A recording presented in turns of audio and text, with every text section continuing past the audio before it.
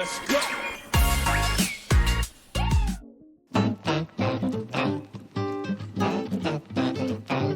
Je suis Flore Anaïs Brunet, je suis consultante en agriculture urbaine et vice-présidente de l'AFOP.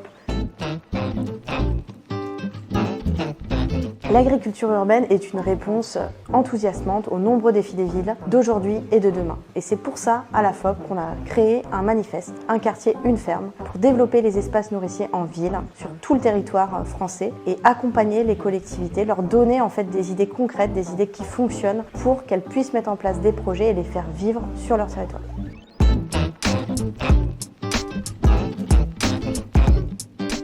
C'est 2 ans de travail, que ce soit l'équipe salariée de l'AFOP, que ce soit les administrateurs de l'AFOP et puis évidemment tous les adhérents de l'AFOP qui ont été sollicités à différents moments. Donc ça va ressembler à ça, c'est un document qu'on a voulu court, qu'on a voulu synthétique, qu'on a voulu visuel. Et donc du coup, il y a les enjeux qui sont adressés par la mesure, il y a aussi le coût que la mesure va représenter. Une mesure, ça va être une fiche, donc c'est quelque chose qu'on pourra imprimer séparément. Et à chaque fois, c'est pourquoi il faut faire cette mesure, comment on la met en place et pour quel résultat. Donc on a voulu vraiment que ce soit très concret et à chaque fois il y a aussi un petit espace avec un témoignage d'une collectivité qui a déjà mis en place cette mesure. Et l'idée c'est vraiment de permettre à toutes les collectivités, tous les élus intéressés d'avoir les clés pour développer l'agriculture urbaine sur leur territoire.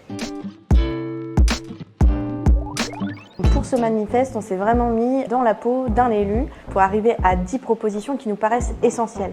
Et la première mesure pour nous, c'est vraiment de nommer un élu, un chargé de mission sur ce sujet de l'agriculture urbaine et de l'alimentation durable et nature en ville. La deuxième mesure de ce manifeste, c'est de mettre en place un portail dédié aux demandes d'aide et de subventions avec des budgets ciblés. La troisième mesure, c'est de donner la possibilité à chaque habitant d'avoir accès à un espace nourricier à moins de 15 minutes de son domicile. La quatrième mesure, c'est inclure des plantes vivaces comestibles dans les plantations municipales et utiliser les biodéchets de la ville pour recréer des sols vivants. La cinquième mesure, c'est de faire en sorte que chaque école ait accès à un potager et puisse en faire un outil pédagogique. La sixième mesure, c'est de permettre à chaque élève de maternelle et de primaire de visiter une ferme au moins une fois dans l'année.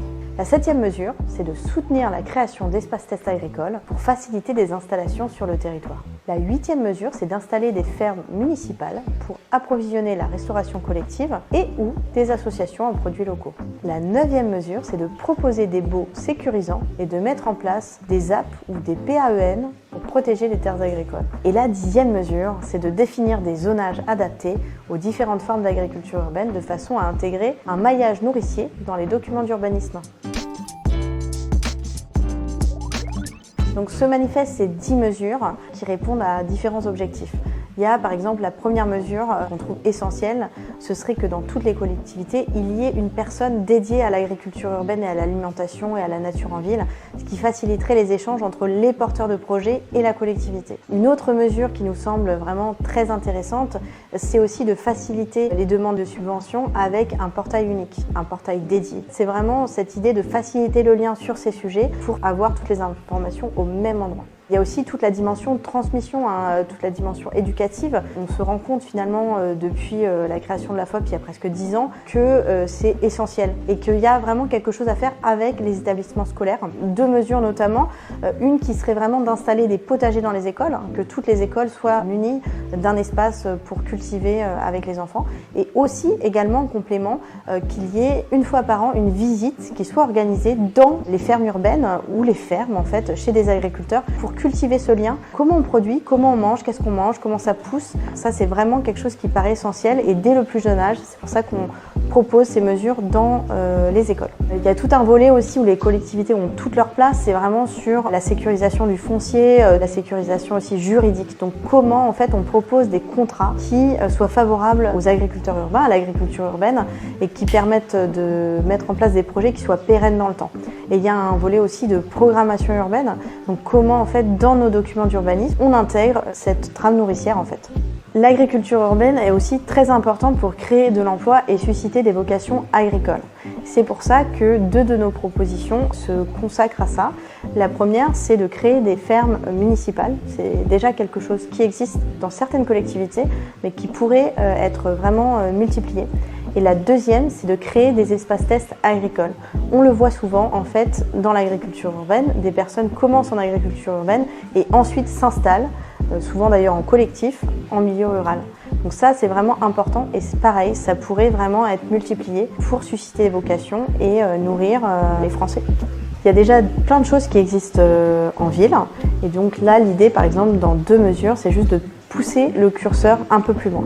La première, c'est d'installer plus de plantes vivaces dans les espaces verts des villes. C'est déjà le cas dans certaines collectivités, ça a été le cas par exemple à Nantes dans le cadre du projet des paysages nourriciers qui a été développé pendant le Covid.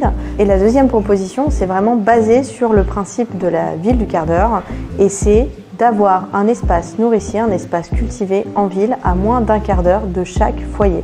Donc ce manifeste, on a besoin de tout le monde, de le faire connaître autour de vous en vue de ces municipales de 2026 pour faire porter la voix des agriculteurs urbains parce qu'on en est convaincus, l'agriculture urbaine c'est l'avenir des villes. C'est une réponse enthousiasmante, c'est une réponse très pertinente, il y a plein de choses à faire, on a vraiment les moyens, les exemples pour aider les collectivités, les élus qui seraient intéressés à mettre en place ces villes cultivées, ces villes comestibles. Vous pouvez d'ores et déjà aller télécharger notre manifeste et découvrir plus en détail toutes les propositions de ce manifeste. C'est bon, la frange elle est toujours bien mise.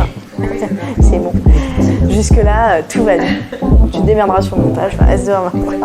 Allez.